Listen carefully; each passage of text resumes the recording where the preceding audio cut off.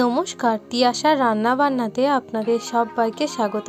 আজকে শেয়ার করব একদম সহজ উপায়ে মুগ ডালের রেসিপি। এইভাবে মুগ ডাল বানালে কিন্তু স্বাদটাও দারুণ হয় আর খেতে দারুণ হয়।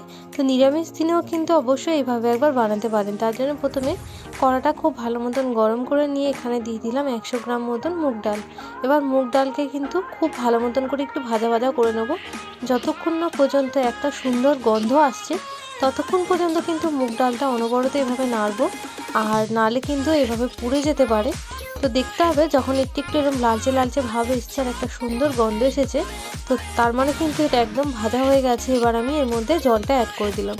এবার জলটা অ্যাড করার পরে আমি কিন্তু 3 বার মতন জল পাল্টে পাল্টে খুব ভালো মতন করে ধুয়ে দিয়েছি। তারপরে জলটা দিয়ে এটাকে আমি সেদ্ধ হতে দিয়ে দেবো।